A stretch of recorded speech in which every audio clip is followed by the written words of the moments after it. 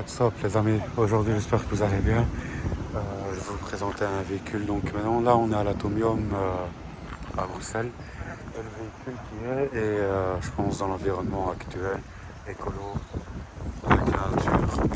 Et c'est la Audi e-tron à 55 Quattro. Alors par où commencer déjà, il n'y aura pas beaucoup de choses à expliquer là-dessus. Je vais vous commencer par le capot avant, parce qu'il n'y a pas de moteur. Je vais vous montrer ce qu'il y a dans ce qu'on peut mettre devant.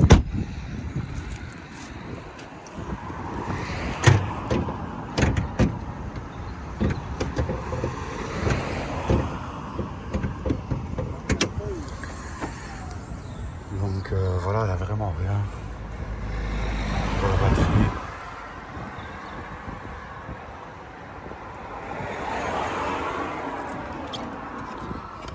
Là vous avez le mini-coffre, vraiment on sait rien mettre, c'est de quoi mettre le chargeur,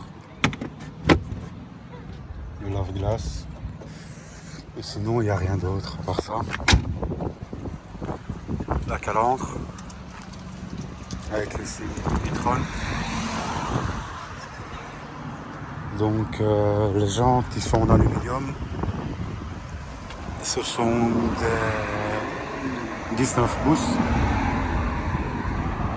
Ici on peut retrouver le signe e-tron. On le charge. Donc question qui est pour autonomie. Sur une prise domestique on est sur 12 heures. Et sur les recharges qu'on peut trouver dans les pompes d'essence, sur les aires de repos, on a 6 heures pour 80% et 6h30 pour 100%. Donc là c'est une nouvelle caméra, mais je vais vous montrer après de vue de l'intérieur. Question pour le coffre, donc coffre électrique. C'est assez spacieux, on peut mettre le coffre, c'est un 600 litres ou un 620 litres, mais pour moi je pense qu'on peut mettre une, deux, trois valises en soute, 2 cabines, ça rentre facile. Fermeture électrique.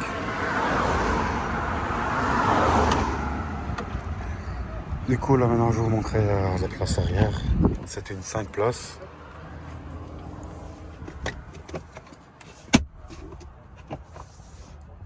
Vraiment rien de spécial, c'est assez épuré. Le cuir c'est pas du cuir comme chez Mercedes, c'est vraiment du cuir vegan, écologique. Franchement le confort y est. Mais ouais, c'est vachement épuré par rapport dans les autres gammes chez Mercedes. Le son c'est Bose. Là comme vous pouvez l'entendre c'est du plastique. Il faut cuir, plastique. Là on va passer vite fait à l'intérieur.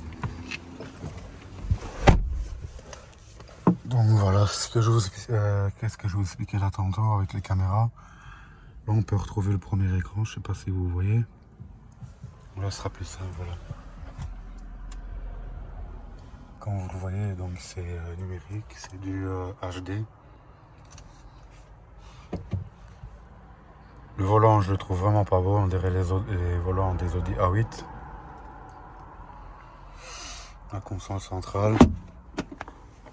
Une boîte à gants vraiment mini. On peut retrouver tout ce qui est chargement. Ça accorde du USB-C.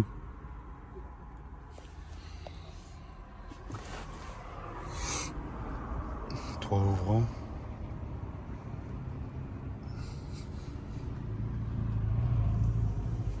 Je vais vous montrer la boîte à gants.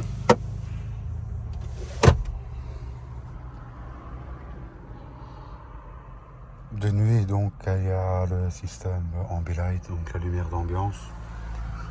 Là, ça s'allume.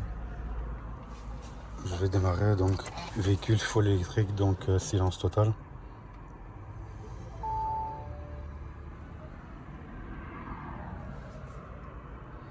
Donc sur le commando de gauche, on retrouve tout ce qui est pour l'aide assistance, ordinateur de bord, donc tout ce qui est la consommation.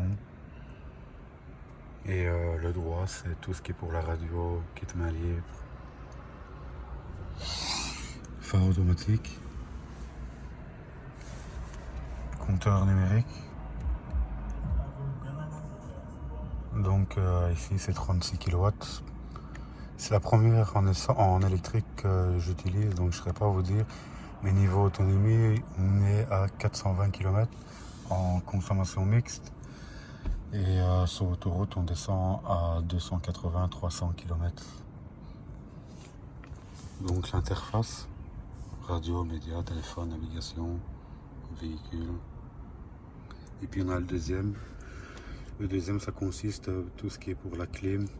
On a le Drive Select qu'on retrouve off-road, all-road, efficience, confort, auto, dynamique. En mode dynamique, ce modèle-ci, donc l'Audi e-tron 55, le 0 à 100, il a abattu en 5 secondes 2. Et vraiment, quand on est seul, on peut descendre à 4 secondes 7 quand elle est vraiment chargée à 100%. Je reviens sur le tableau de bord. Donc là, vous pouvez voir le niveau de pourcentage de la batterie. Là, il reste 156 km. Et, du coup, voilà, je pense qu'on a fait le tour. Donc là, maintenant, on va prendre la route et je vais vous faire un petit essai routier, un peu la ville et la route. Et je vous laisserai sur ça. Et je mettrai la vidéo, les anciennes vidéos à la fin de la vidéo. A tout de suite. Du coup, là, donc, on va commencer l'essai routier. Mode drive. Et c'est parti.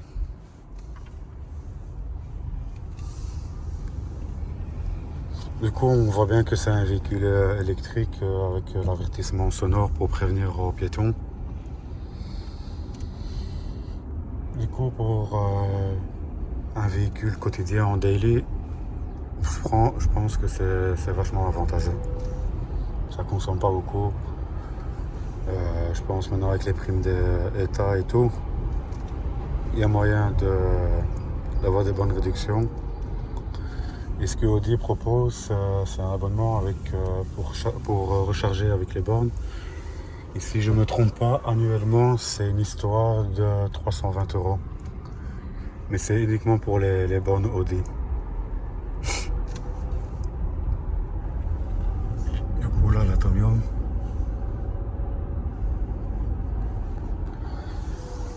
Je ne sais pas si vous savez ce que représentent les 9 boules, mais c'est les 9 provinces de Belgique. Petit cours de géo. Mustang 2,3 litres EcoBoost.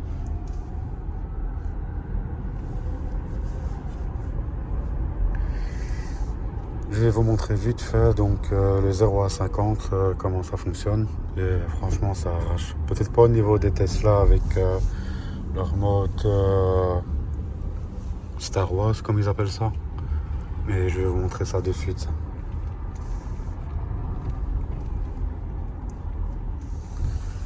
Du coup, Drive Select, individual, non plutôt dynamique, petit launch control. Elle est prête. 1, 2, 3, c'est parti.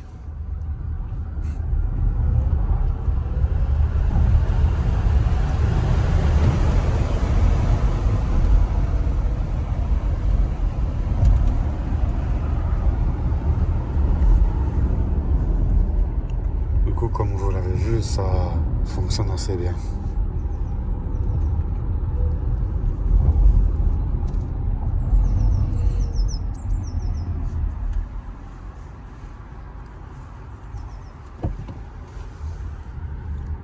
Encore un petit dernier vite fait.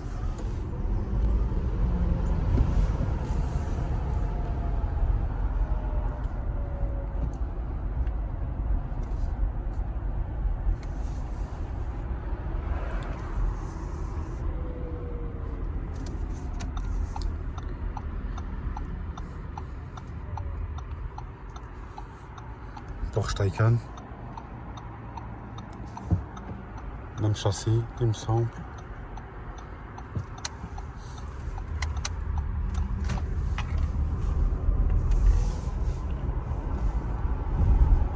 Donc chez Palais de Bruxelles, il y a des expositions de voitures, concerts. Donc comme vous le voyez là, donc la consommation, ça bouge pas trop. Après c'est difficile à juger, c'est la première véhicule que j'essaie en électrique. Donc je ne saurais pas vous dire un peu plus sur le long terme si ça en vaut réellement la peine de l'acheter. Parce que le modèle qu'on essaie actuellement, équipé comme elle est, c'est 135 000 €. Du coup moi je ne les mettrai pas les 135 000 parce qu'il y a d'autres gammes.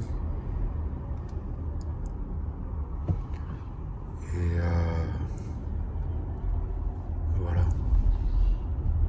Du coup je retrouve pour la dernière partie sur l'essai de l'autoroute et après ce sera fini. À tout de suite. Du coup nous voilà pour la dernière partie de la vidéo et je vais vous montrer un truc plutôt intéressant que tout le monde doit connaître maintenant. Dans toutes les gammes de voitures ils ont ça, c'est l'assistance sans les mains sur le volant. Du coup vous pouvez le voir que logiquement, voilà, il y a déjà le témoin qui s'affiche.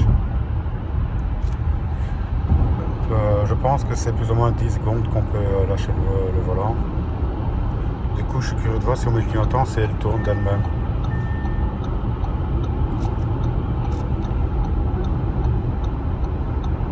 Ouais, comme vous pouvez le voir, ça tourne d'elle-même. On enlève le clignotant. Petit file.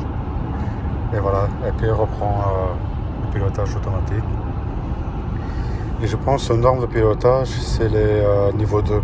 Niveau 3, c'est à durer plus longtemps et en ville.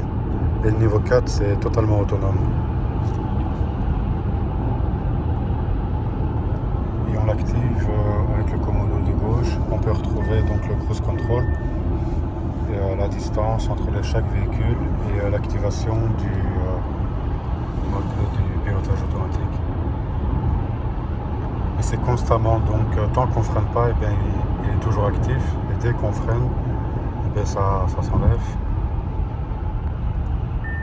Et voilà.